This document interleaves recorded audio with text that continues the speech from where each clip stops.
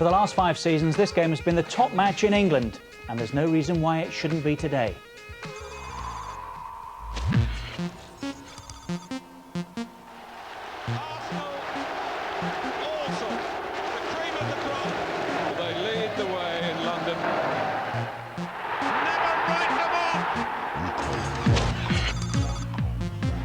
Set the standard. You not only have to match it, you have to beat it. The Premier club in the Premier League, that is Manchester United.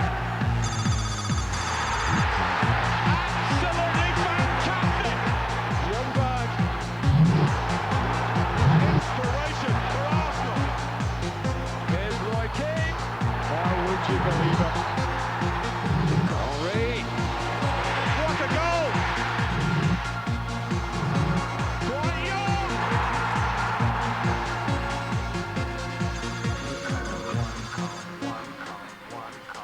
It's a day to relish, of course, but they're getting a little impatient in this part of North London. No trophy in 3 years.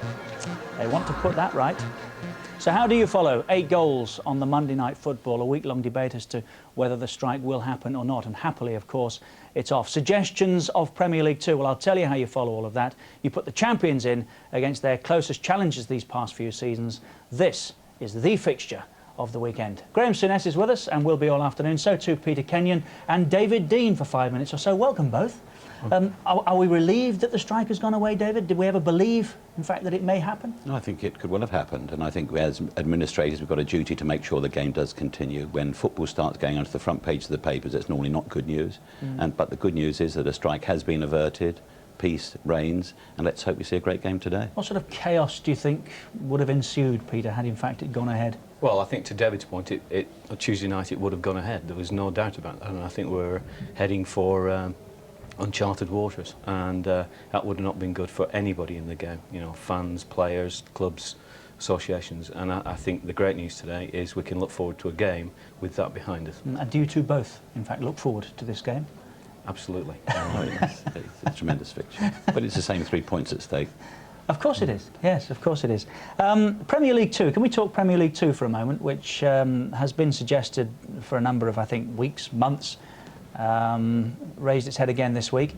Is that a starter? Have you heard anything, either of you, about Premier League 2? Not at all. It is not officially on the Premier League agenda, and it's not certainly not on the FA agenda.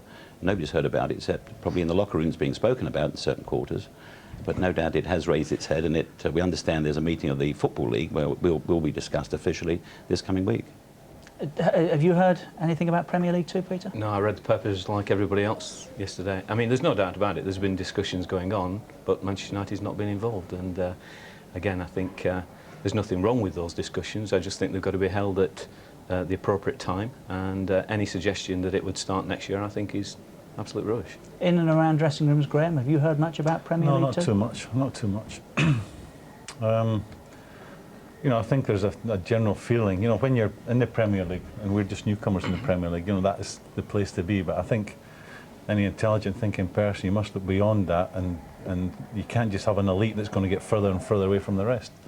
And how you correct that, and how you find the balance where it makes our game still go forward and the rest not too far behind. I don't know how you work that out, but I think that has to be addressed in the near future, because I don't think that gap can continue to get bigger and bigger. It wouldn't be good for football in the long term. It's something, is it, that you've heard reference about previously, David? Oh yes, it's being spoken about all the time, but it must be remembered that when the Premier League started, which was now 10 years ago, it was the whole of the old First Division that broke away. There were 22 clubs. As I understand it, according to the papers, and who knows whether that is accurate or otherwise, but they're now talking about a selection of clubs just breaking away. That, to me, is not right. I think if they are going to get it, has to be by a sporting criteria only. Why should one club get into a new league and not another when Birmingham are at the top, for argument's sake, and why should Manchester City or Birmingham usurp Crewe? I mean, that probably, can't be right. and you can correct us and tell us indeed whether the newspapers were right, but in the summer you were quoted as saying that you felt that should Rangers and Celtic come south, that would add spice. I think that was the line, add spice. Is that something you would countenance, and perhaps that's why they're talking about Premier League 2 being by invitation? What I said was, firstly, there's a lot of hurdles to jump, not least of all the Scottish League, the FA, UEFA, and of course the English league system as well. And if there is going to be a restructuring of football, it has to come. The best time would be in the next television deal, which is 3 years away. That would be the time to reevaluate exactly what's got to be done and how. But as I say, it has to be done by sporting criteria. Certainly the Scottish clubs have got a view, and it would add spice, no doubt, to both the Premier League or the Football League system. There's no right for them just to catapult that into the Premier League, for argument's sake. If they are going to come in anywhere, they should work through the system, for argument's sake. But this will be discussed in due course.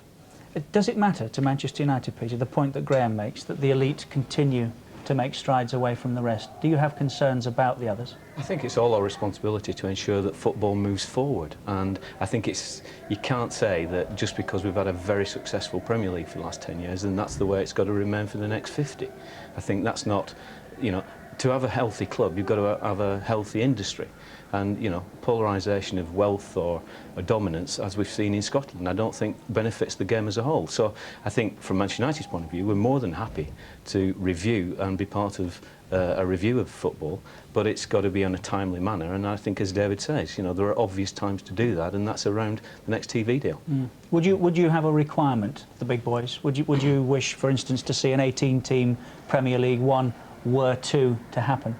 Well, I think our position on that has always been that we wanted a reduction in the Premier League. I think if you look at our top players, even with the new international calendar coming in January, they'll be forced to be playing 80 games a season.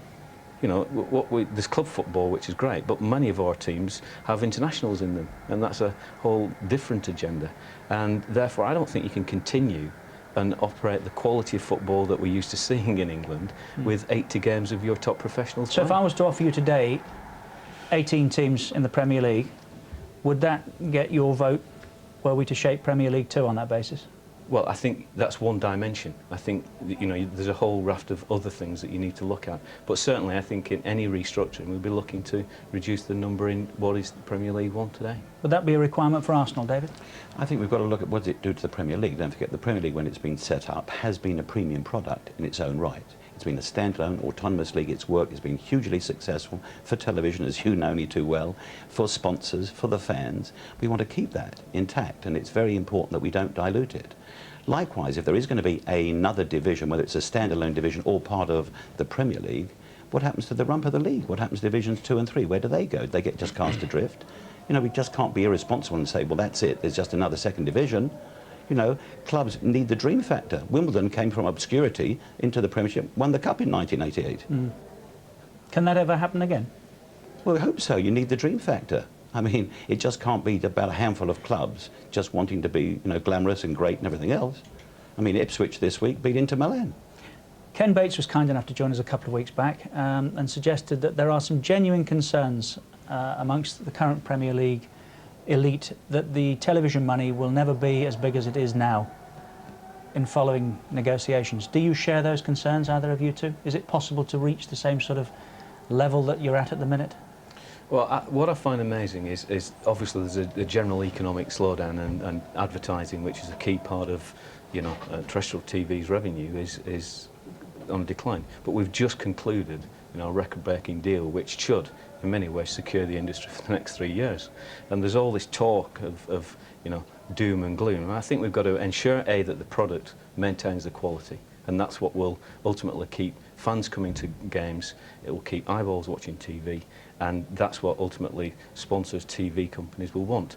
And I think we've got to move away from this continual talking down and talking up of the problems associated with football. There are issues in any industry, there are issues in football, but, you know, we sat here on the first part of, you know, a 3-year agreement, and I think we've not got to forget that.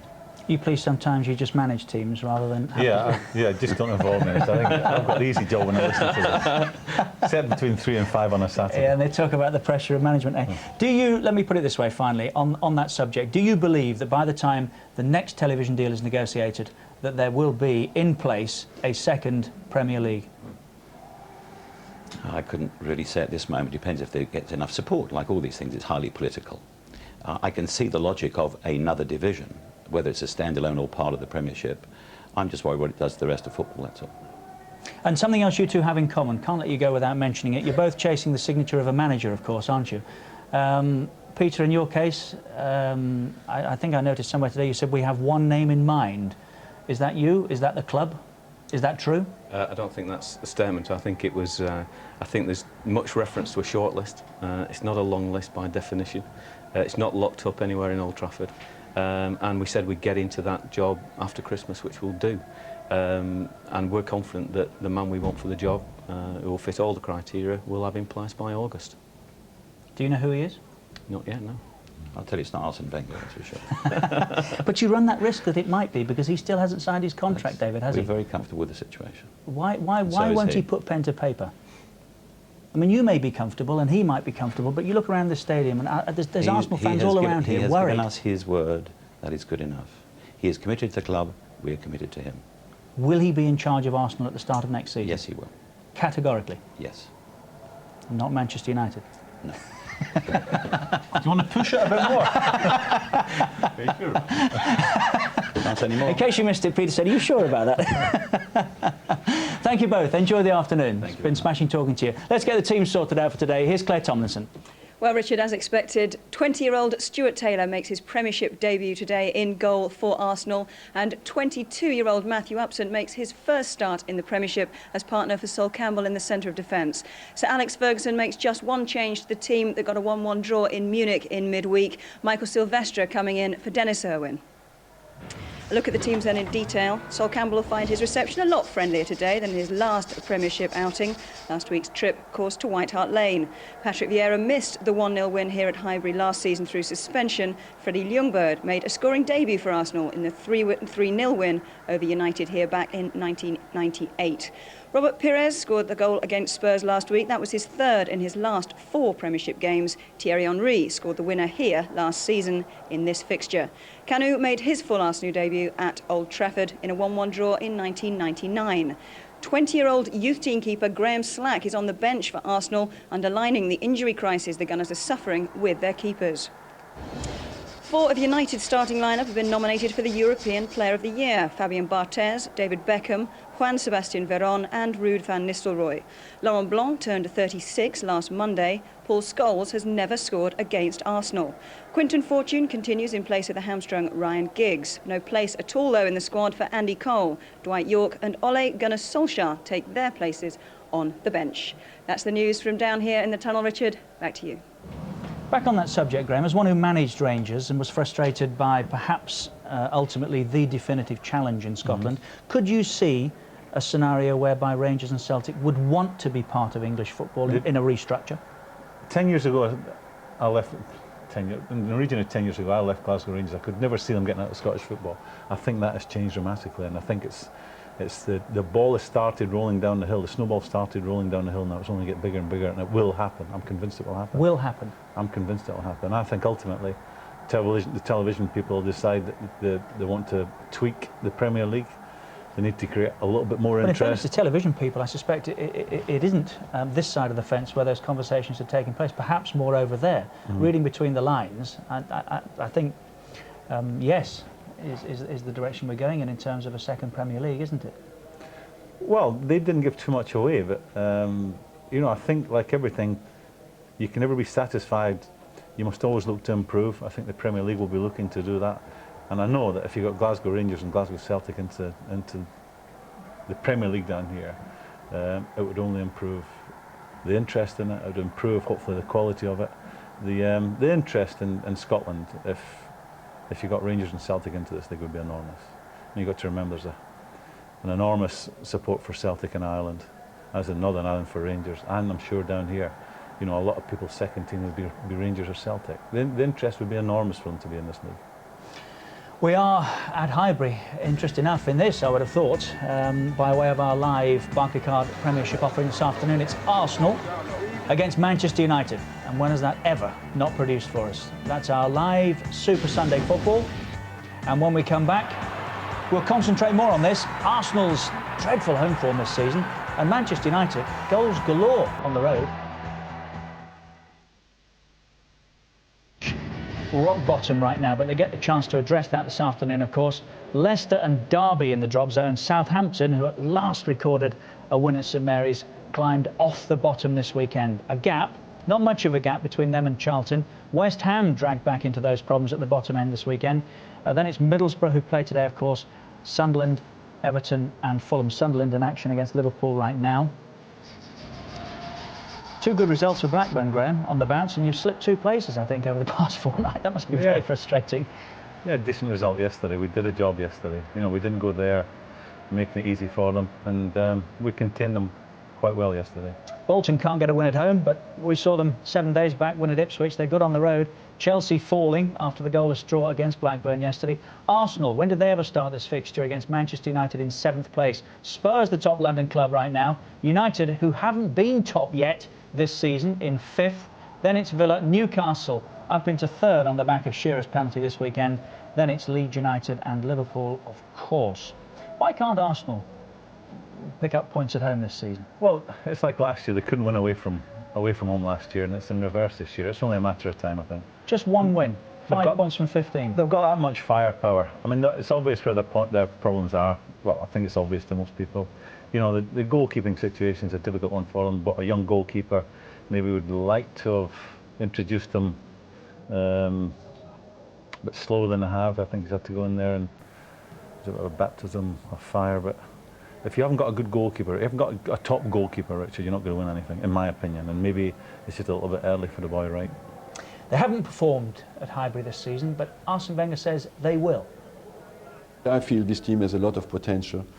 We haven't maybe found yet the stability or the consistency at the back because the defense has been reshuffled completely, but the spirit and the ambition is fantastic, and the players fight hard, and we'll show that against Man United. We are getting some stick as well at the moment because we don't perform in as consistent way as we can do it, but I would say as well that the team has character. Away from home in the Championship, they've shown a lot of character and resilience. And at the moment, if we are guilty somewhere, is maybe to want to please the fans too much at home because we want so much. We know that 1-0 is not good enough anymore for the fans. We want to play the 2-0, the 3-0, and forget a little bit that it is tough to win against anybody in the Premier League.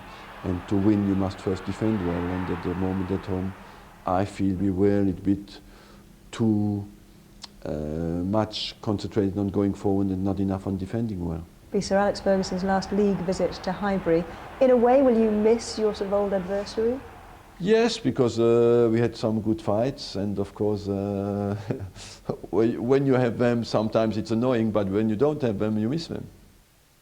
Miss him like a hole in the head, I would think, the number of times that they have gone head-to-head, those two. Arsene Wenger says they overplay here and concede too many goals. You got a 3-3. Did they overplay against you? No, I don't think so. I think, you know, with the really top teams, I think that's always maybe a criticism that can be aimed against them, but it's because of so much of the ball. You know, Arsenal are a team that's got top players in it. They are going to have most of the possession when you come here. Overplaying, I mean, again, going back to when I was a player, we were criticised for that. We would overpass it, not enough shots, generally not win take by our 6. chance. Yeah, well, sometimes, but you know, I think for a top team like Manchester United, maybe a Manchester United supporter would say the same thing about their team. We have too much of the ball. We overpass it when we should be having more shots. But I think, you know, with Arsenal, I think it's only a matter of time before they get it right. I think they get all that Gallic flair players, channeled in the right direction and then start winning games. Yeah, and make no mistake, you know, if you concede goals, your confidence drops.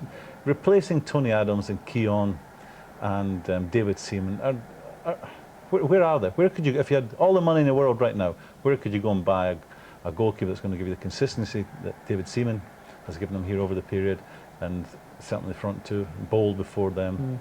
Very hard to find, Richard. Very hard to find. Well, replacing Seaman, of course they do. And Richard Wright, as you say, was offered the opportunity perhaps sooner than he wanted. Well, what about this young boy, Stuart Taylor, who had 45 minutes in Europe in midweek?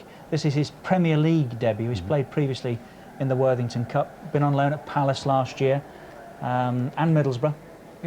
This is a big test today, isn't it? No, see, goalkeepers are unfortunate. You know, they are the ones in the team, along with your striker, that are judged in black and white terms. How many goals they concede, it's down to them. A striker, how many goals he scores. And, you know, it's very easy to point the finger at a goalkeeper and say, well, look how many goals you've conceded over the season. That's not good enough. It might have been, half of them might have been down to him, and the other half down to the two guys in front of him in the middle of the defence. But I don't know, it's asking a great deal for a young fella. He is the third choice to come in a game like this and perform at the highest level. You know, the standards we're talking about at the highest level. You know, Arsenal have got aspirations to win this championship.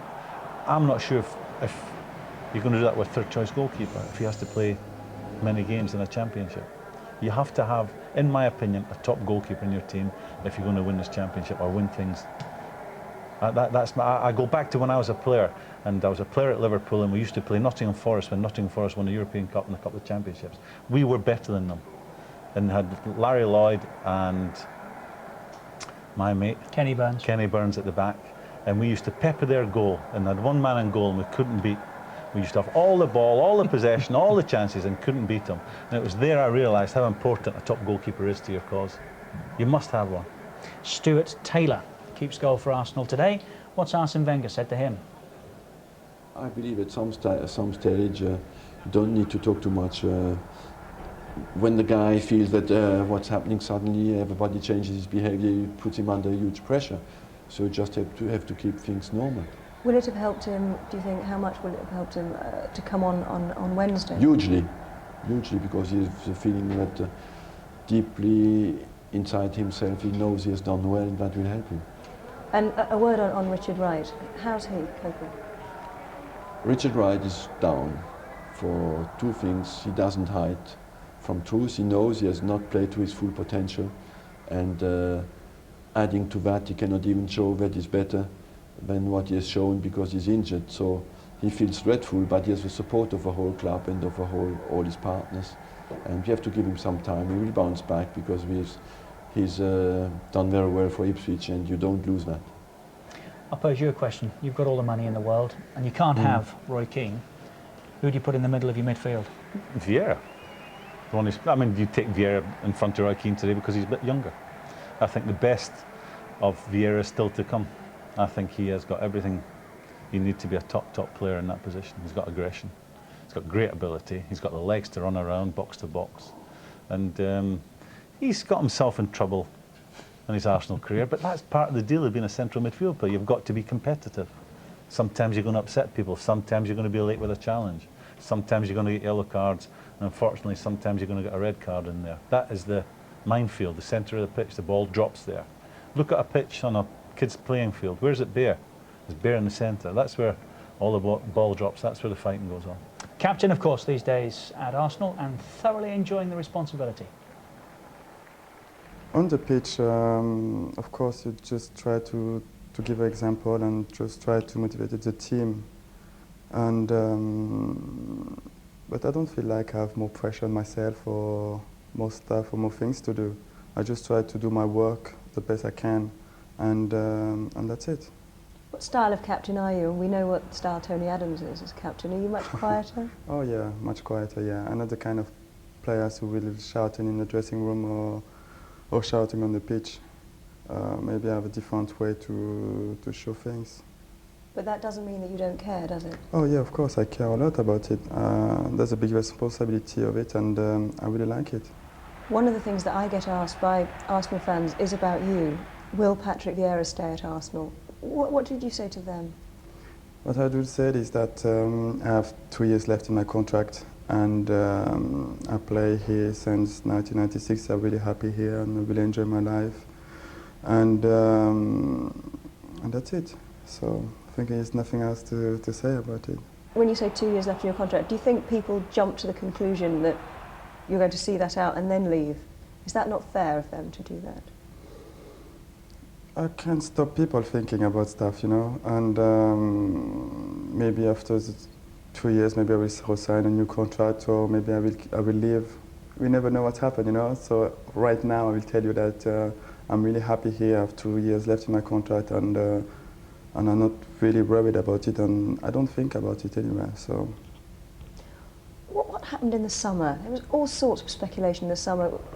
It's never really been discussed. Can you clear that up once and for all? What happened was that I was in holiday and things going on the papers, things like that. So when I come back, I just hear about everything. So what I say is that I never meet anybody from Manchester or any other people from any other team.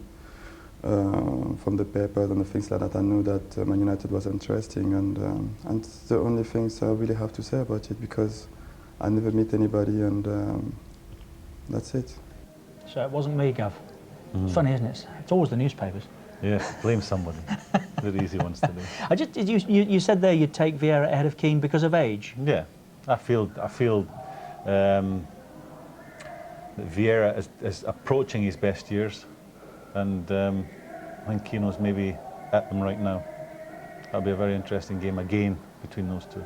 It's sort of tussle that you used to thoroughly enjoy? Yeah, I would think both those players would really be looking forward to their duel today. I think everybody recognises them as the two top men around in that position, and both of them will see themselves as a top man, and today both of them want to prove who is the top man yet again. Is that what sets the best apart? That the bigger the game, the better they perform? In their position, I think it's unique on the pitch. It is unique on the pitch where two people playing the same position are against each other. Centre half plays against a centre forward.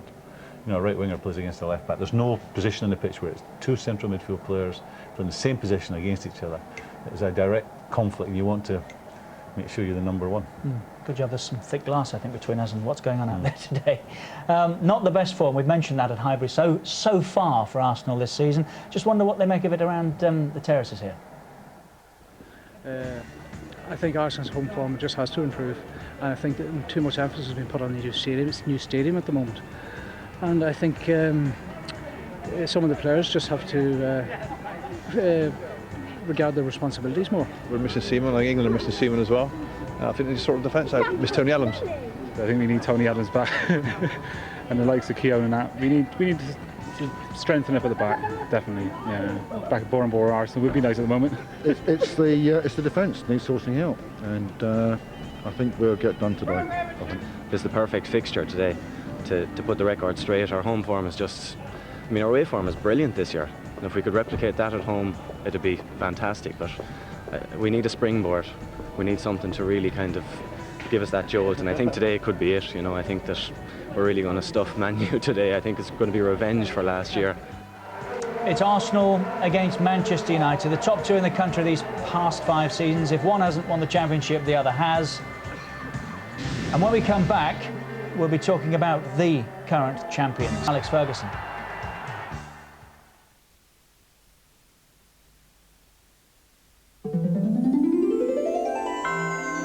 This Christmas is gonna be huge. I'm Stuart! And with more.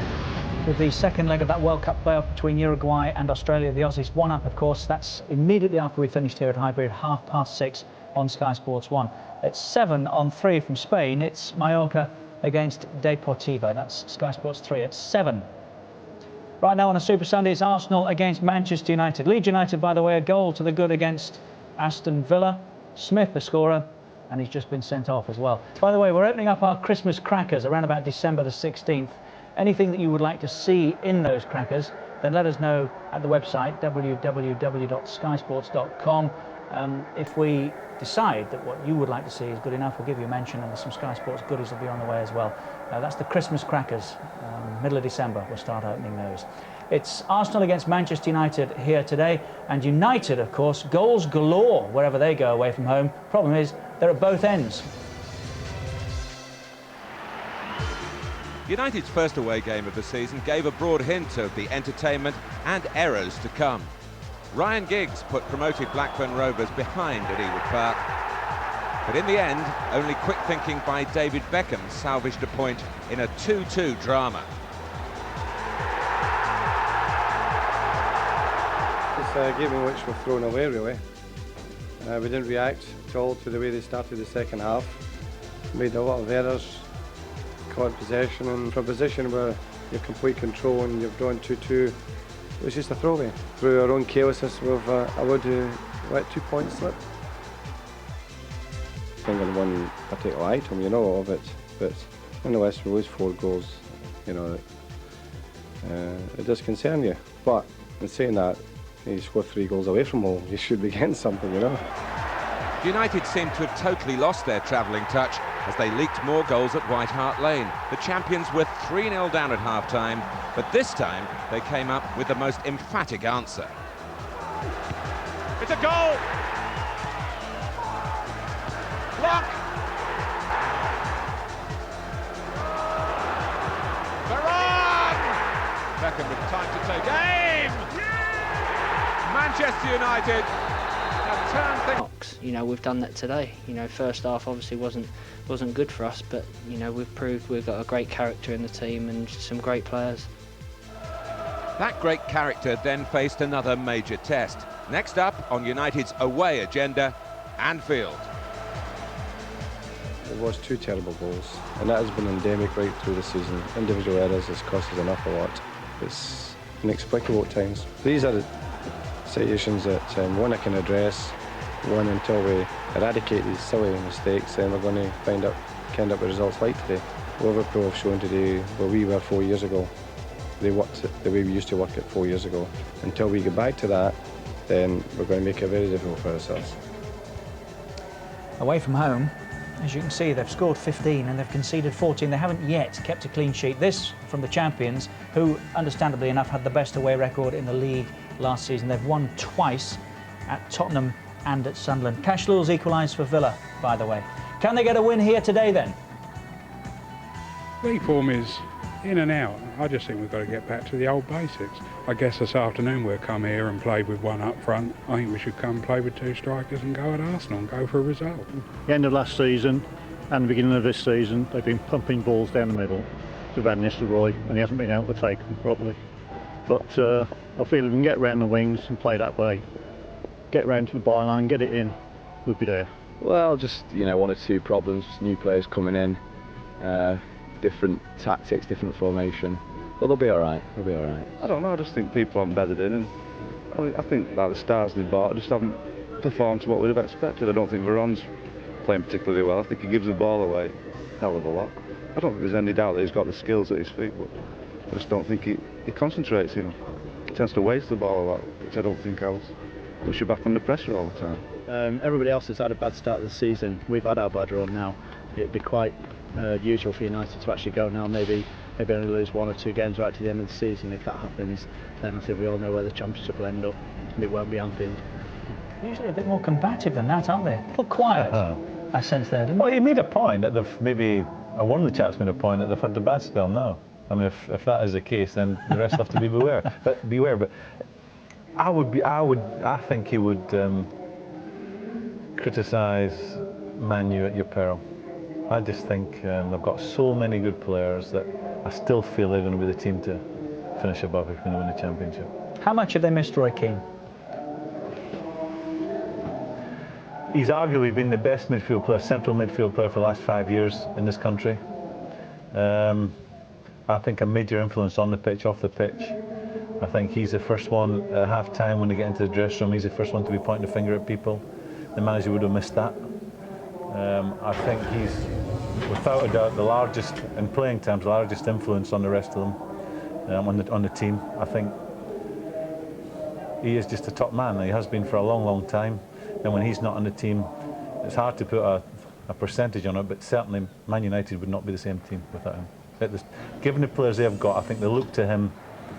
They look to him to be put his foot in, look to him to stand up if there's a fight to be fought. Apart from being a really good football player, he is the one that any physical challenge that has to be made, he'd be the first one to be making it.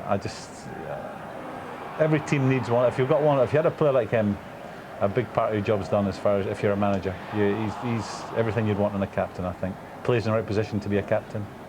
You know, right in there where it all happens. He's maybe not. He doesn't get as many goals as he used to. Maybe being asked to play a slightly different position now that Varane's in the team. Well, I was just about to ask you whether that would be the case. His job now, presumably, is just to sit, isn't it, and let Varane go away and enjoy himself. Man United's attitude, and they see it as part of their history, that we have to go out and chase games. We are the entertainers. If you score 1 against them, their attitude is we'll get 2 against you. And I think with Varane in the team, I think Roy now has to do more of a defensive sitting job. That's never really been his game, because he had he still has great legs. He has the legs to get up and down the park. And I think Manchester United at their best really didn't have a sitting midfield player. I know that he's the one that maybe would do it more than most, but really when I've seen them play and were at their best, they used to empty midfield. And in my opinion, as an old midfield player, as a defensive midfield player, it was quite frightening at times. But again, I come back to their attitude was, you score 2 against us, we'll score 3. Score 3 against us, we're going to get 4. And I think with Veron in the team, maybe his legs are being tied a wee bit more. Maybe he has to do more of a defensive job. By the way, what would you give me for just one more game? I look out here at this glorious playing surface in this driving rain, which has become drizzle as I speak, but nevertheless rain to slick the surface, fast, under lights, wintry afternoon. It's got the lot, hasn't it? Arsenal and Manchester United. A top game live on the telly. Name your price. Yeah, it's. I mean, one more game. Yeah, I mean, you'd love to. I think every player who's played at the highest level must think that on a regular basis. I know I do. You know, before a game, 3 o'clock somewhere, or 8 o'clock if it's a night kickoff, and you get, you know, you come out out the tunnel and you see the pitch and the pitches, the way the pitches are today, and yeah, what you would give to do that all over again, just once. I like grass. Just once. Laurent Blanc, still the debate rages about whether Sir Alex Ferguson was right to sell Jaap Stam, and this was the replacement. Obviously, short term has to be the stage that he's at his career.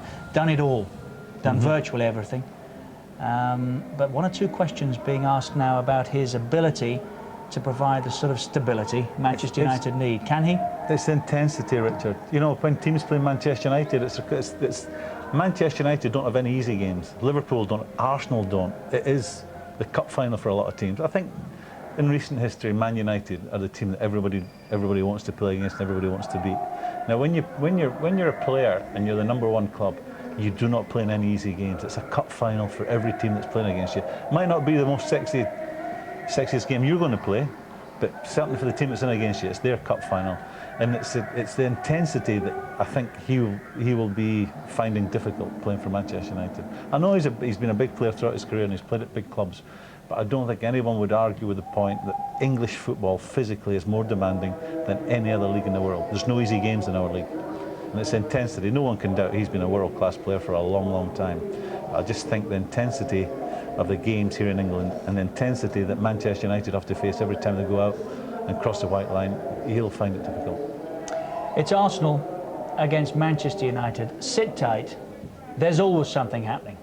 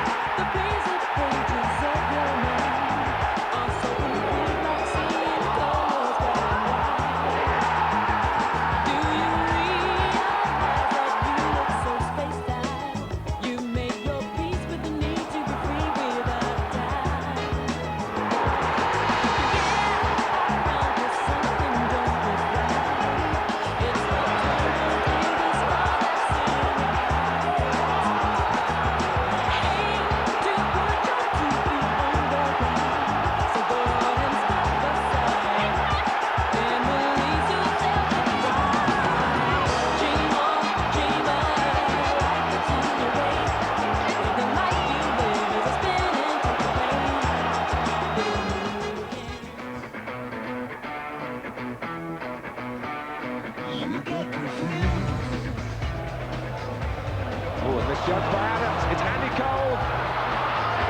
It's beautifully taken for Manchester United. Solskjaer, he likes to check back onto the other foot, but doesn't this time. He uses the left to deadly effect.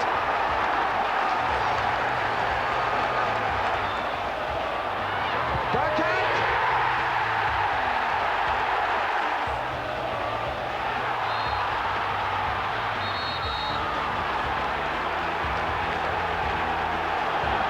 Goes in, he jumps down, 2-footed. If Martin Boyden had seen that right, he might be in big, big trouble.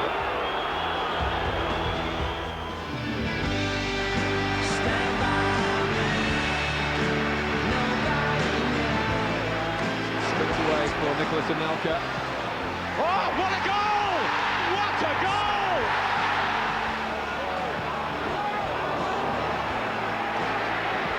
That's Vieira! Absolutely fantastic! It flew in! And punished Arsenal. Manchester United get one back. Sheringham! He's got another one!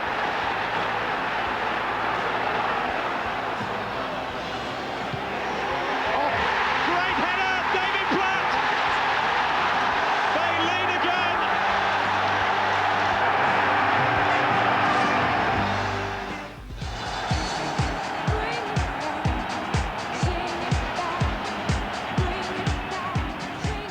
Bergkamp, Ljungberg, 1-0 to Arsenal.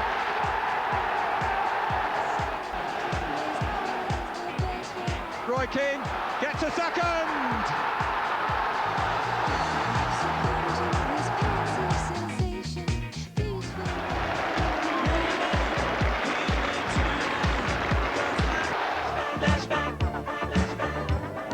They've carved the title up between themselves in each of the last 9 seasons, 7 times. Of course, Manchester United have won it during that period. 52 major trophies. Arsenal with just 1 win in the last 5, home and away, but 3 in the last 4 here. We saw it there, the goal from Thierry Henry, the most recent. Not sure what the statistics tell us today, Graham, because this is Arsenal against Manchester United. It's special. What do you expect from it today? I think there'll be goals. I think they've got that much, both teams have that much on the pitch going forward. There'll be goals. I've just got a sneaky feeling today, Richard, for Man United. Normally, sitting in this chair, Arsenal, Man United, I couldn't call it. I just got a feeling for Man United today. And it started to rain a little heavier. Let's go outside and join our match commentators, Andy Gray and Martin Tyler. Thanks very much, Richard. Well, I don't know what's happening this season, Andy. They're not first and second. No. Arsenal can't win at home. Manchester United, well, anything goes away. 15 goals scored, 14 goals conceded. Amazing matches. What do you put it down to? I'm not sure. I think, I mean, Sir Alex Ferguson is already on record as saying too many individual errors as far as they're concerned. I think Arsene Wenger's problem is probably a bit more complicated than that. He's had to change the back four that was almost set in stone here, Martin, for the last 5 years. It's almost all but gone now. And I think that's been a major problem for Arsenal at the back, particularly at home in a strange way. But isn't it wonderful? Normally you and I stood here talking about probably the best 2 defences in the Premiership. Not a hope of that today, is there? It suggests there are going to be goals today. I think with the conditions, I mean, Richard says it's just started to rain. It just shows you his cocooned life in the studio. It's been chucking it down for about the last half hour or so. The pitch is slicked up. Everything's set for, well, the players to give us a showpiece. And let's check for you who the players are. And as far as the Premiership is concerned, it is in at the deep end for goalkeeper Stuart Taylor. None of the old guard in front of him, with Martin Keown not making it after a rib injury last weekend. And Sol Campbell's increasing confidence in an Arsenal shirt, very important for the side today. In midfield, it's Parler in, Van Bronckhorst out, while Thierry Henry's attacking ally today is Kanu, with Wiltor and Bergkamp amongst those on the bench. Manchester United's main absentee, Ryan Giggs, and Andy Cole is again not with the squad. Today's team very much based on the proud performance in Munich last Tuesday. Just one change, Mikael Silvestre for Dennis Irwin. Roy Keane seems to be winning his battle with his sore knee. And Quinton Fortune, the South African international, who was once for a while playing in North London on Tottenham's books, he fills in again for Ryan Giggs. Well, lots of changes at the back, as you've said, Martin, but the system, I think, will remain the same. For Arsenal across the back, we'll go from Laure at right back. Big onus today in the centre-back partnership, just how well they'll play together with Arsene and Sol Campbell in there, and their concentration, their performance is vital, you feel, if Arsenal are going to have a platform to build from today. And with Ashley Cole giving them great drive on the left-hand side, I'm always a bit worried about his defensive responsibilities, how he's going to cope with David Beckham. Another big area to watch today. In midfield, we're going to cross the midfield with Freddie Ljungberg on the right-hand side. We know what he can do. He'll start there. It's his position when they lose the ball. But when they get the ball, be prepared for Ljungberg to not be frightened, to get ahead of play, get in the box and look to score goals. But he's got a good goal-scoring record against Manchester Fantastic, United. man. And that'll encourage him to get forward whenever he can. In centre of midfield, obviously Paula and Vieira. Two people who are going to compete. It's going to be a contest in there. Look out for it on your television screens. It's going to be great to watch, I feel, that area of the football pitch. And Perez, much like, I think, Ljungberg on the other side, he won't be restricted. All right, he can and will get forward on the left-hand side wide. But I think Perez is in the form now where he wants to be driving inside as well. He wants to be influencing the play centrally in the penalty area. So be prepared to look for that as well. With Henry up front, I think he'll latch himself on. I think he'll latch himself on to Laurent Blanc. Try and play in Blanc's shoulder. Test his legs over the top. I think that would amaze me if he doesn't. And I think Kanu will be the one who'll maybe just drop deep, go and be the build-up play from there. For Manchester United, well, we're going to get probably the European system. I'll try and go through it quickly. I know the teams are soon to be upon us. It's going to be a back four with Silvestre, with Blanc, with Brown, and of course with Gary Neville. That itself's experience enough, you think, but I do think space in behind them would be a worry. But it's ahead of that. What we're going to get, Roy Keane is the one who gets the holding position in this system. That's the position that protects the back four, because then I think from there, Martin, what it allows Veron and it allows Scholes to go forward at the same time, free to go and express himself, happy in the knowledge that Keane is behind them in that holding position. The talent of Beckham, we know all about it. Stop him crossing the ball. That would be my instruction to Ashley Cole. Get tight on him. Don't get half a yard. Don't get 2 yards from him. Get right in his face and stop the ball coming in. And of course, Quentin Fortune on the left-hand side. Ruud van Nistelrooy will occupy that. Well, we call it a lone striker, but he will be supported quickly from midfield. Yes, it's just the one recognised striker, I think, is a more apt description. So Manchester United are ready. We're into the 10th season of the Premiership. And here we have the top 2 points gatherers over that period, but they have slipped a little from their higher standards. And at their level, well, every error is less expected and therefore more subject to scrutiny. And there have been rather more individual errors than Sir Alex would have anticipated, and the same, I think, applies to Arsene Wenger as well.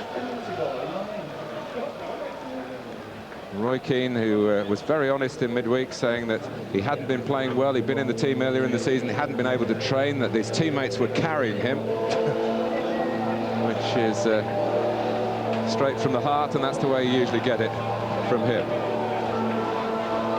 But despite the mistakes, both sets of players in the position of proving that old footballing adage is true, that form is temporary, class is permanent, and there is a huge amount of top-class talent here today. I'm just surprised that Vieira and Keane haven't tackled each other in the tunnel, Mark. Have they looked at each other? Well, that's as close as they'll be. They won't be as close as that in this pitch. There won't be too many little grins like that, I don't think, either. That's what I love about games like this. There are so many fascinating battles all over the pitch that have to be won, individual against individual.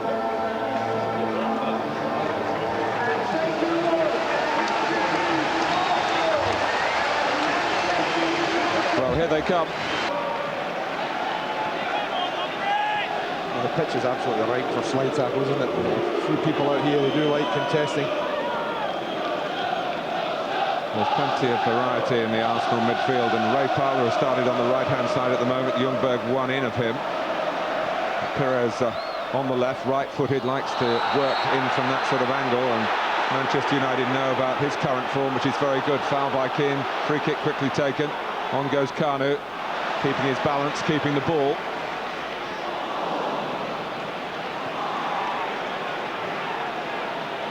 That was Kanu just dropping deep there as well in that little position, so we can pick it up.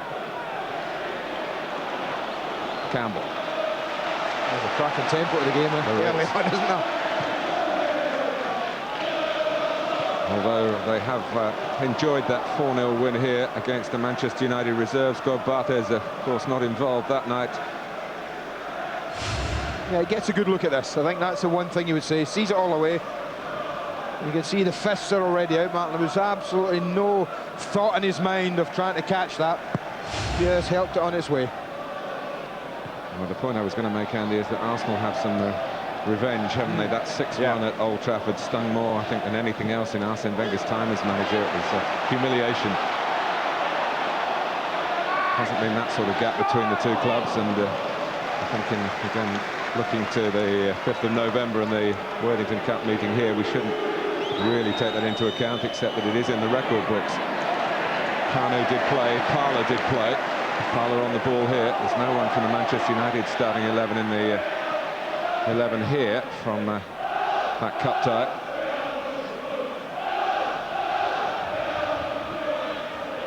Parlour. Kanu.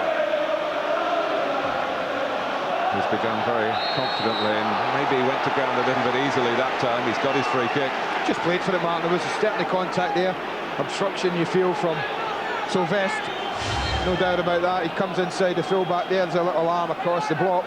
It's a free kick. I don't think there's a doubt about that. Campbell's come forward. Kanu is there. So there is a bit of height in the middle for the home side. Who can Pires pick out? It's almost coming back his way.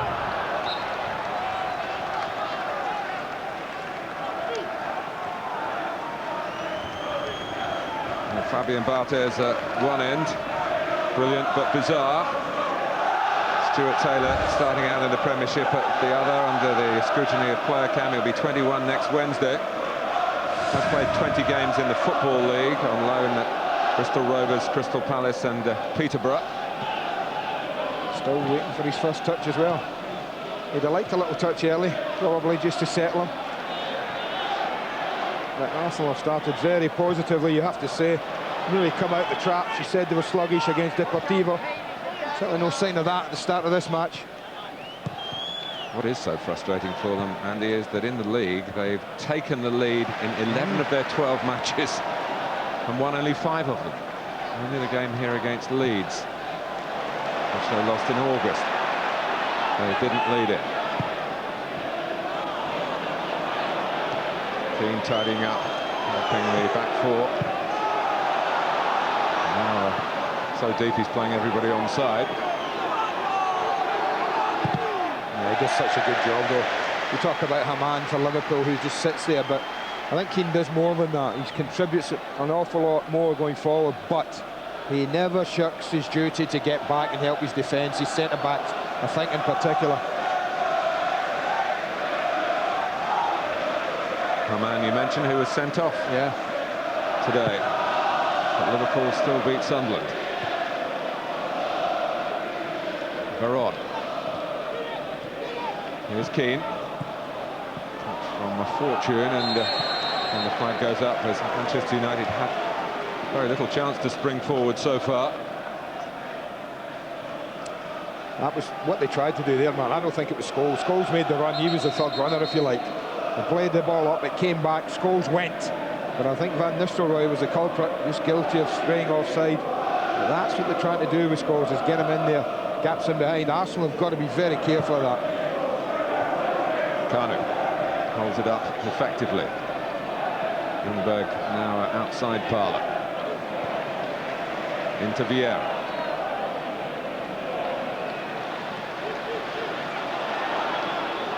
Kanu again. It's only his second start in the Premiership this season. He scored in his previous start at Sunderland.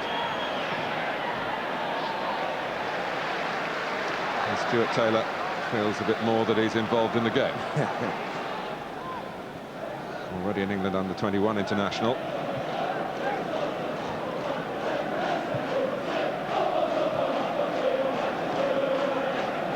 Quite a bit of water on the surface of the pitch, man. You can't see it, but it's such a beautiful surface.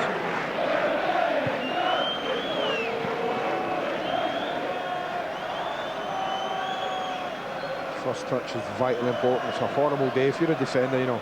You're thinking, I've got to be so concentrated, make sure with everything you do. If you're a front man and a midfield player coming forward, you think, hey, there's a chance here. Someone's going to make a mistake. Well, Keane ended up on the ground. Manchester United kept the ball. The challenge by Vieira. Surprise, surprise. Fortune. Good chance for him. Didn't play enough games last season to get a Premiership medal. Ryan Giggs, we understand, might be out until the end of 2001. His cursed by that hamstring again. Now forward is Beckham here. To guide it down, almost did. Campbell gets away with a spot of miscalculation. Oh, his defending was excellent. Upson allowed Beckham to get up early, win the header. Campbell was aware to it.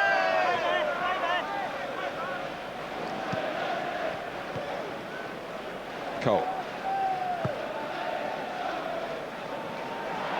Touched on by Kanu. Wes Brown has to react, does react. Tidies up very capably. Didn't see him at Anfield at his best. He wasn't 100% fit. He was needed by his club and answered the call.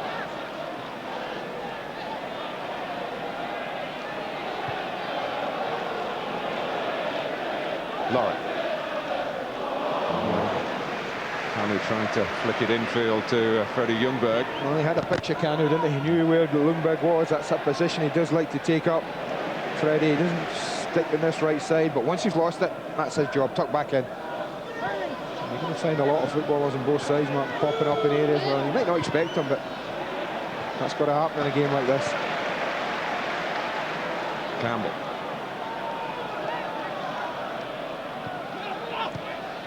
They're wanting it back from Perez, getting it back. The challenger then was Gary Neville. Just stuck a leg out, I think. Nothing sinister here. He just drags the ball away. The leg's just hung out there from Gary Neville.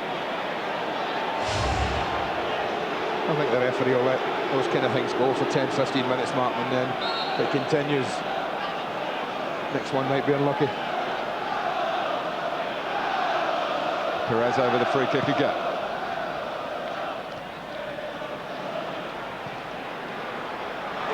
Well won against Silvestre by Parla.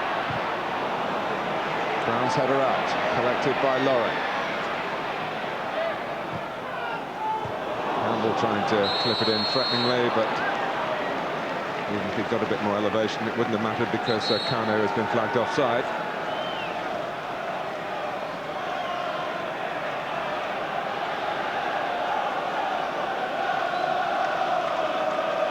Fabian Barthez' latest indiscretion was getting penalised for holding on to the ball too long in Munich in midweek.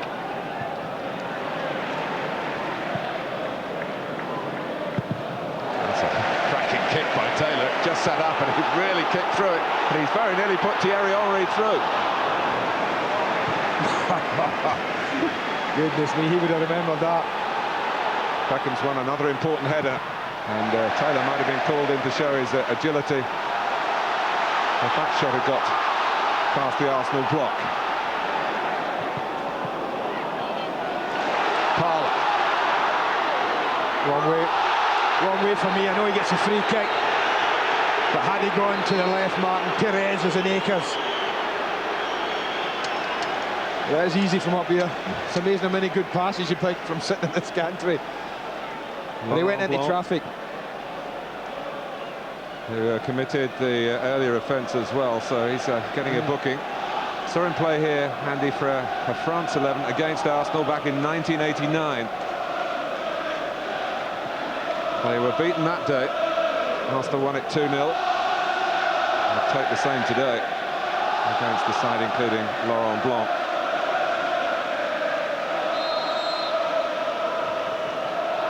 A bit further out for Henry. It's on target again. It's a more comfortable save for his French international colleague. Of course, Henry bettered Barthez at this end of the ground so brilliantly in this fixture last season, and it won the game. It deserved to win the game. To Manchester United, individual mistakes, and at this exalted level of club football, well, those mistakes get punished.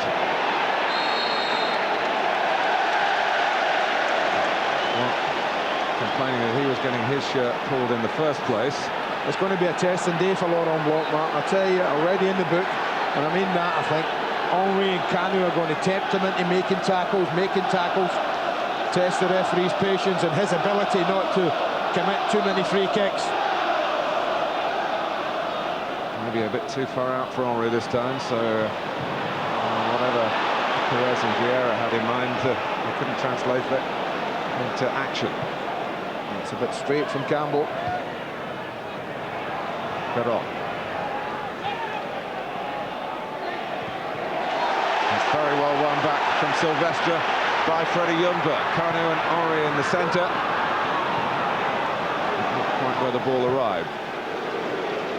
Laure had made a third man in the middle too, and he was just lamenting that the ball wasn't tucked into his position. Vieira. Kanu. Now Ljungberg. With Laure going outside him.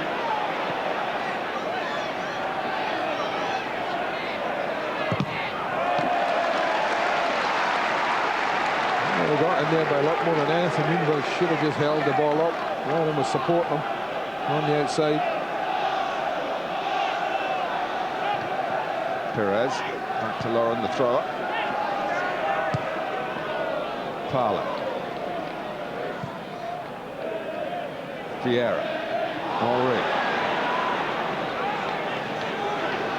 It's Vieira trying to maybe set it up as Henry did so spectacularly a year ago. Lauren's cross. Died a little bit on Wes Brown, but he plenty into his low header. Vieira. Arsenal getting to this sort of position regularly enough. But they need greater thrust in the final third, final ball, final shot. Can't come up with it at the moment.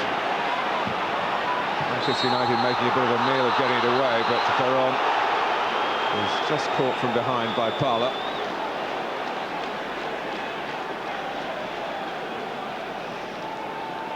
Territorially, they're ahead, Arsenal. I would guess in possession they must be as well. They are by a huge chunk, but at the moment Manchester United content to defend and protect that lead. Seeing more of Beckham aerially really than anything else. He's trying to push up to deal with those diagonal balls, and he's won a couple very cleverly indeed. I think he fancies his chances against Ashley Cole. Arsenal need to find a bit more craft when they have it in the last third, Martin. They get a bit narrow at times. I think it's something they've always done. They look for that threaded little ball. They lose width when they get in the last third somehow. I think they need to try and stretch it a little bit more. Ljungberg. They tend to look for the perfect goal, don't they? And those sort of crosses, well, it's not the most advantageous angle for the attackers. But they're reluctant, really, to play what other clubs might call percentage balls. Cole. Ljungberg quickly on the scene. A little too quick for Juan Sebastian Veron. Tough one to call for the referee, I have to say. I think Ljungberg arriving at pace. Maybe Veron slightly back on his heels here as it comes out. Sees Ljungberg going to get it. It's a tough call for the referee because they go very close, but you can see he gets it absolutely spot on again. Peter Jones. He was a little bit back on his heels. Yeah, he was. Veron. Ljungberg was really on the move. Well, he's had two. Thierry Henry worked the goalkeeper twice. Not to the extent he would like. Henry goes again. Can't get it above the wall. Some retrieving to be done by Cole.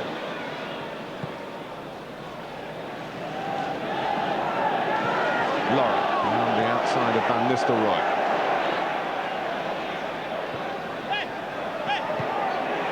Parla. Extra man there again, Manchester United, in Veron this time.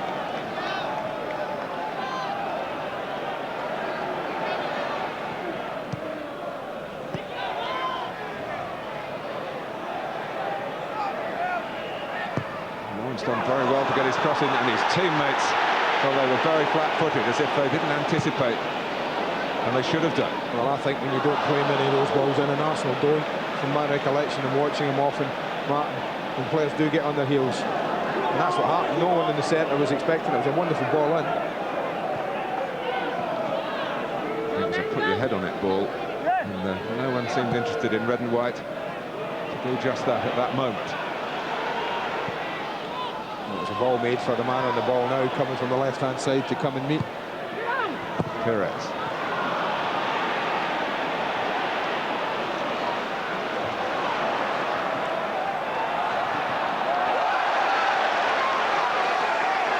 Well, they've dictated the tempo so far, Arsenal, but they're trailing.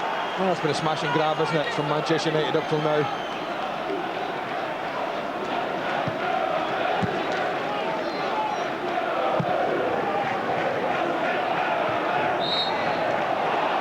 Just bumping into Wes Brown. If you're a Kanu fan, well, you can follow him on the player cam. Sky Digital Viewers, channel 404. I was thinking of young Stuart Taylor. He might be back there thinking, I can't catch my breath here. Would have had nothing to do. Had a couple of pass backs, a couple of clearances, and I've conceded a goal.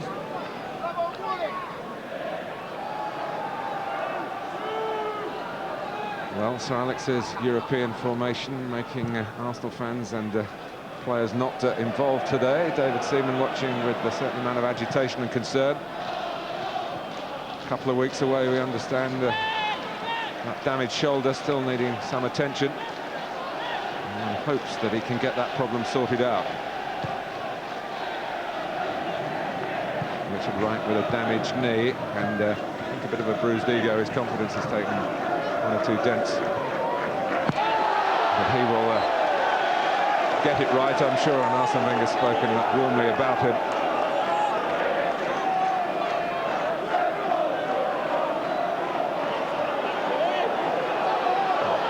More than 10 minutes to go to half-time. Vieira.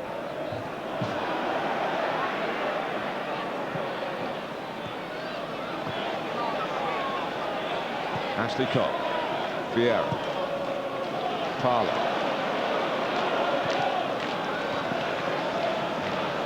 Working well, the formation for Manchester United. They're certainly well represented numerically to squeeze the life out of Arsenal attacks outside the penalty area. Still managed to break with sufficient numbers to get Scholes to convert a cross from an attacking left-back, Silvestre, to take the lead. Vieira. I think the players that they've got, when you think of Henry and people running like Perez from midfield, Vieira, I think as the game gets a little stretched for us, it might help them in many ways, Mark. If Manchester United commit a bit more to an attacking sense, then it will suit Henry, it will suit them getting a little bit more space. Silvestre. Losing out this time to Ljungberg, but he's quick and strong. Mikael Silvestre, he fought back capably. Couldn't find fortune down the line, though. Laure.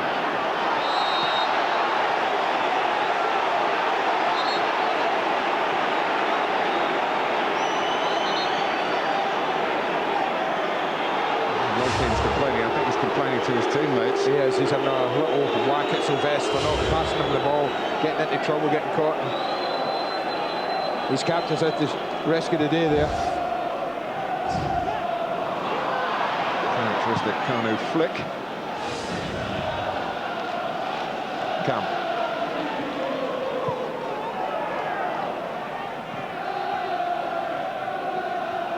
Laure.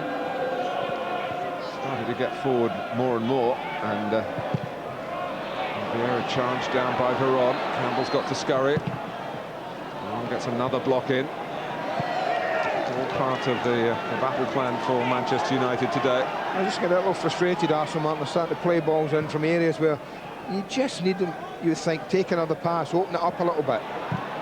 Both Parlour and Vieira in the last two attacks, both trying to play balls in from really difficult angles. Brown. Keane there to help out again.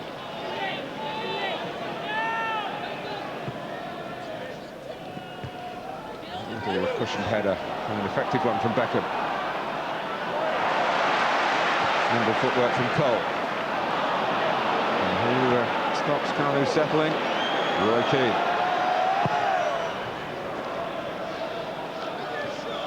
Headed on by Van Nistelrooy, and a combination of Fortune and Laurent.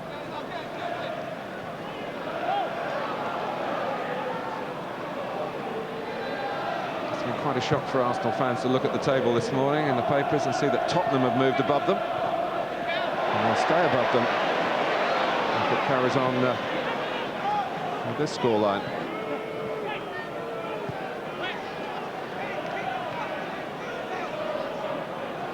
Parlour.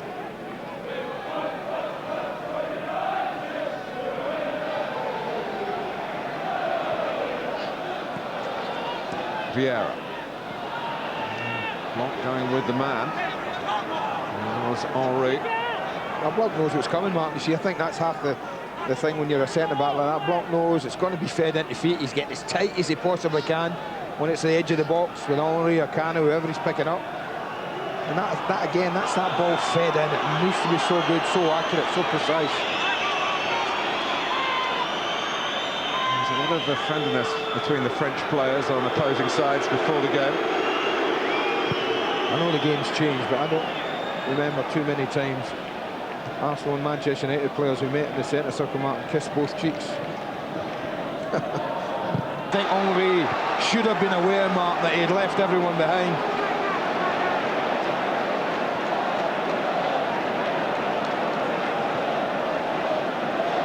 Keane.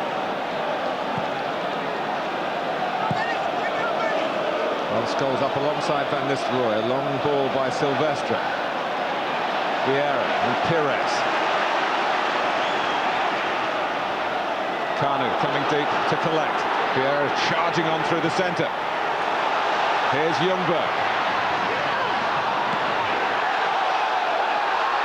Bartes has prevented the corner. Well, Henry's asking why, Ljungberg's asking why. Henry's saying, why didn't you pick me up? He's saying, lift your head. I have to say, I thought the ball in was a good one. But then again, Thierry Henry maybe doesn't go and attack the ball the way others would. See him? He's saying head up. No, I don't agree at all. Thought it was a decent ball in, and if he wanted to go and attack it, he could have done. Head up. Who played the last crossing without looking? Thierry. Correct. But it's not the Arsenal way. No, it isn't. No, it isn't. Not to look for we always say John Hartson, of course, maybe the last one here. Alan Smith, of course, before him. Great headers of a football, wanting crosses. Arsenal try and do it other ways, and they've certainly come up with a cultured goal once they got the ball. There's a present from Neville, but Pires and then the scorer Ljungberg took full advantage of it. And it's lifted morale here. You felt looking at Arsenal in midweek when they were behind. There was an incident involving Thierry Henry where he was furious with one of his teammates, Laure, who I understand wasn't best pleased about that. Nor should he have been. That's Cano. And he did get his head to a cross. But you don't need to be a great header of the ball, Martin. If you put the ball in there in decent areas and you're 7, 8, 9, 10 yards out, and the ball's a decent one, you could be making contact with it. I mean, we spent many years watching Nicolas Anelka. He had never scored a headed goal, I don't think, for Arsenal, and to stay here. And you don't see too many, do you now, from Arsenal players?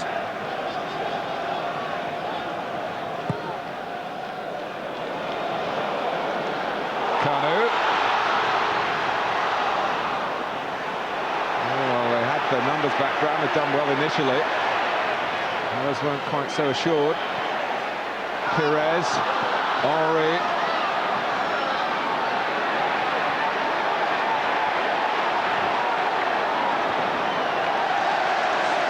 Well, they're a mercurial team, Arsenal.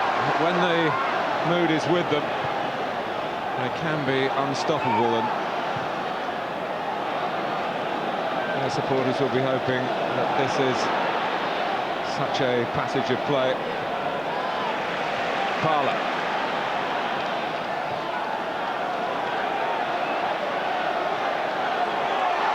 Laure.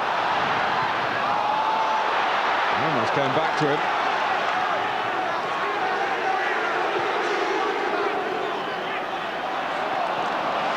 Well, both Pires and Parlour had filled in on that right-hand side, because Laure, with a real sense of adventure now, had taken on Manchester United again.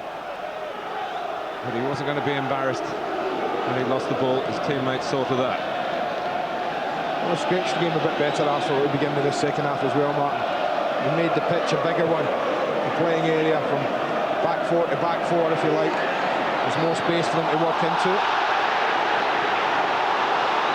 Vieira's not complaining. He's now having a look at the referee, and Scholes was indicating furiously that he didn't trip Patrick Vieira. And his argument won the day. Who'll win the match, though? 1-1. Beautifully poised. It's coming up to the 10-minute mark in a second half in which Arsenal have equalised against Manchester United through Freddie Ljungberg, who scored on his Arsenal debut against Manchester United. Laure. Blanc had to be vigilant. Arsenal corner. They're just reacting a bit quicker now all over the pitch. Arsenal players, Martin, are a little half a yard sharper than Manchester United to the ball. Henry's reaction there was first class to the bouncing ball.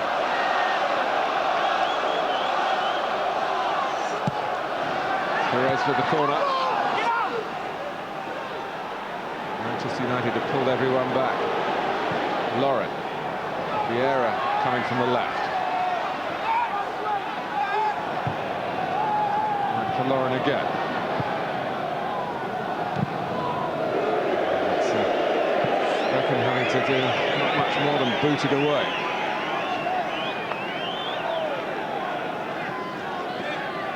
Cole. Here's Perez.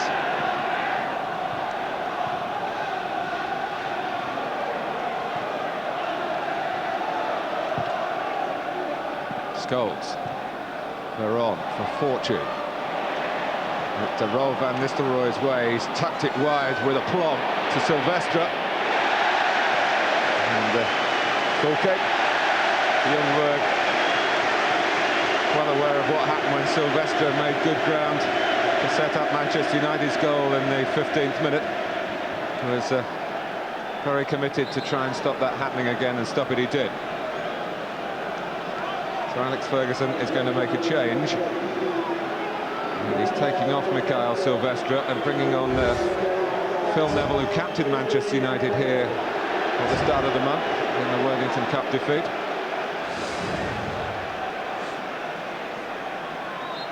Well, he certainly didn't look injured, did he? Carrying anything, Silvestre Martin, when he drove round the left-hand side there. Maybe he's a touch concerned, the Manchester United manager, with a bit of joy they've been having from that right-hand side. Might decide that Phil Neville might be more dependable as a defender. Second change in quick succession. Another change on the cards as well. Dwight York, who also played in that Worthington Cup tie and cut a rather forlorn figure in midfield in that 4-0 defeat. He's on for a midfield player here. He's been quiet for me for on though, Martin. I think, you know, I've seen him play some wonderful football this season. This hasn't been one of his most influential games.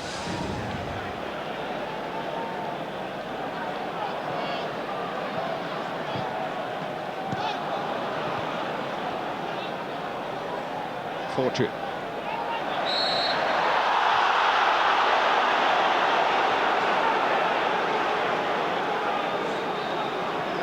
Well, the last third in the game, Andy, you referred to it earlier, so Alex Ferguson asking questions of his players, the last away match at Liverpool. I think it comes to the crunch now, doesn't it, because Arsenal are buoyant.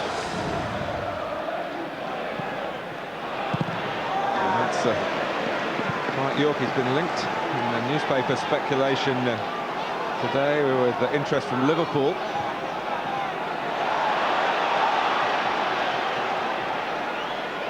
Perez.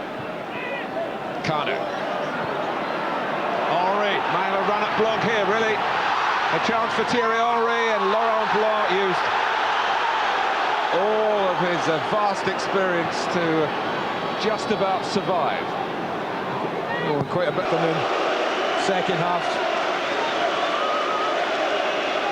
And it is in keeping with the way we find the two teams, really. It's a bit more error-strewn than has happened in the past, although, of course, Arsenal were very much full of errors when they lost 6-1 at Old Trafford last season.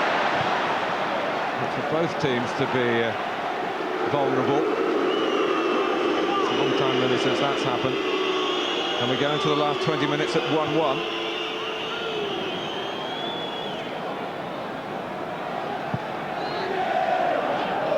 Beckham.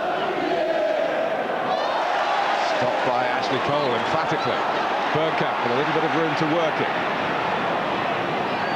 Another bursting run from Freddie Ljungberg. Oh, Pires!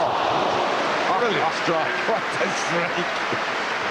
Oh, I got a bit of height on it, Martin, and then started to dip far corner. This is ridiculous effort, this is. Beautifully controlled. Fortune.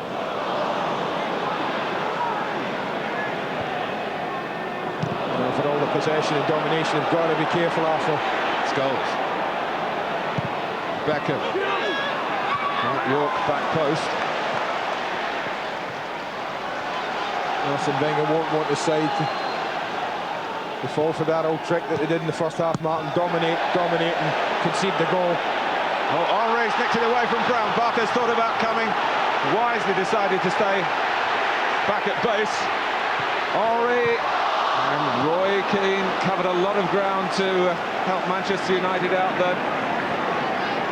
Well, yet again, indecision there from Wes Brown and dealing with the through ball. Just feel, Andy, that the best policy for Manchester United here would be to go for it, to try and win the game. They don't look rock solid defensively. Well, the strength isn't at the back, is it? I think. Not this season. No. Well, look at these for attempts. I mean, that's really dominating from Arsenal's point of view and plenty on target.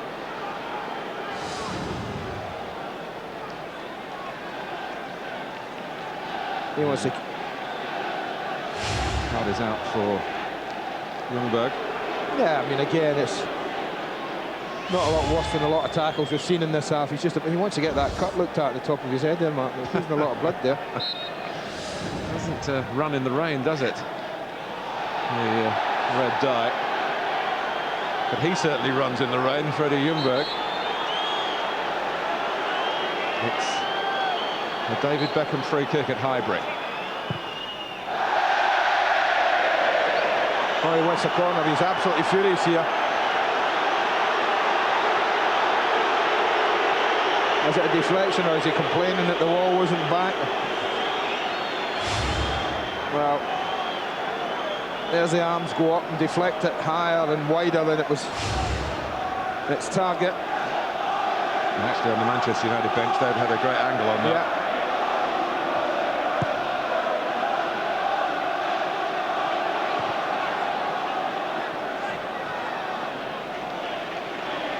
Had gone off for a spot of treatment. They can't get Peter James's attention to get him back on. Windmilling from Gary Lewin.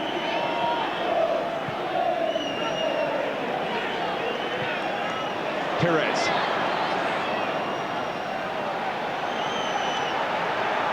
Carla goes ahead of it. Henry wants the ball to feet. Oh, I can't believe the referee isn't aware of it. Ljungberg's on the side of the pitch. Oh, he is at last. Beckham.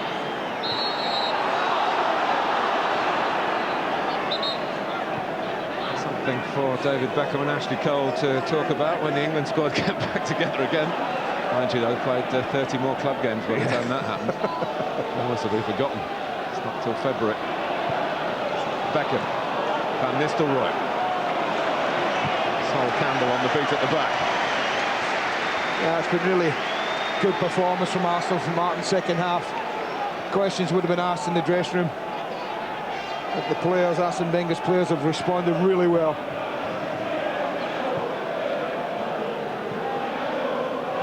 Keane.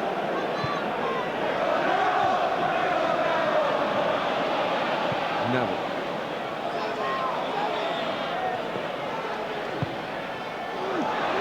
Terrific cross from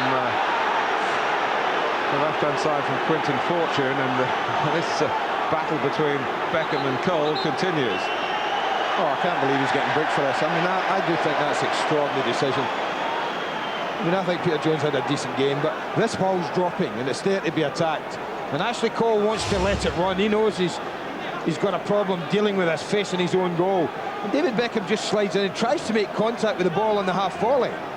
Now, there's a ball to be won, there's a game to be won. Exactly, yeah. I mean, it's a staggering decision from the referee.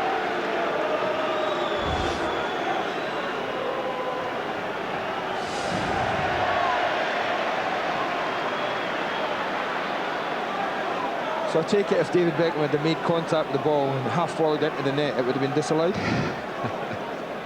You asked Mr. Jones.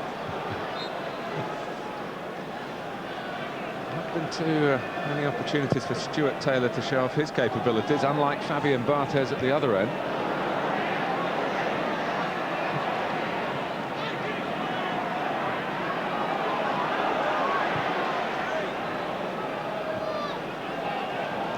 Cole. And Scholes never shirks a tackle. Vieira has stayed down though.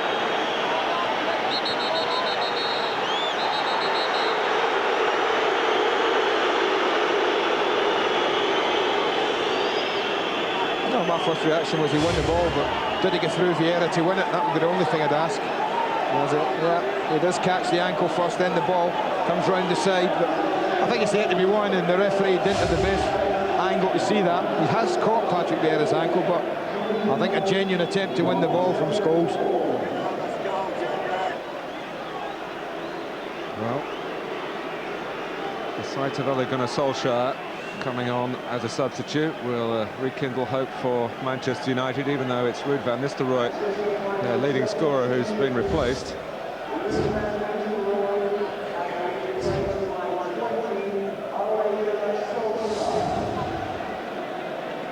Well, it's been a tremendous day of football on Sky Sports for you all, and it hasn't finished yet because the World Cup playoff second leg, Uruguay against Australia. Remember, the Socceroos a goal up from the first leg. It'll all be settled tonight. You can see it on Sky Sports 1 from 6:30. And on Saturday, Manchester United against Claudio Ranieri's Chelsea. He's here doing a bit of scouting today.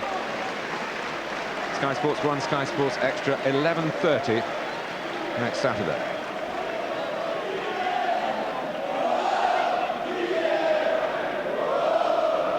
I think concerned that Patrick Vieira shouldn't just rush back into the battle here. There's something else to be checked out.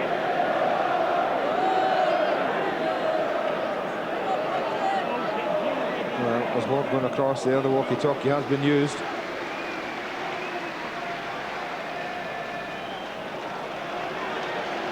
Message received and maybe not yet understood. I was going to say.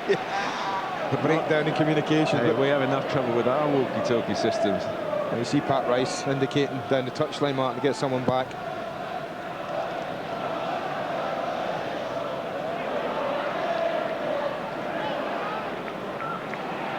Laurent skipped away from Fortune. Ljungberg.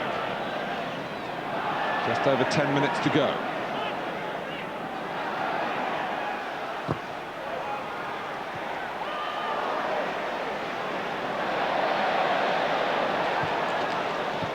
Bergkamp.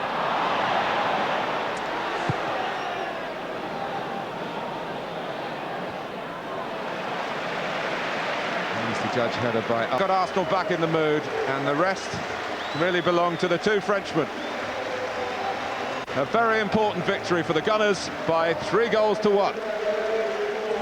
That half, extraordinary stuff, wasn't it? Still to come from Sky Sports, 6:30 tonight. Australia 1-up in that crucial playoff against Uruguay. The second leg is this evening here, 6:30. And at 7 o'clock on 3 from Spain, it's Mallorca against Deportivo. 11 times Arsenal have led in Premiership matches this season, but they'd only won 5 of them. It's the first time they've come from behind to win. It's only the 4th time that Manchester United have led and then lost a game in Premiership history. They have never lost so many at this stage of the season. If 6 is the benchmark, it's some run they've got to go on. Beaten here by 3-1.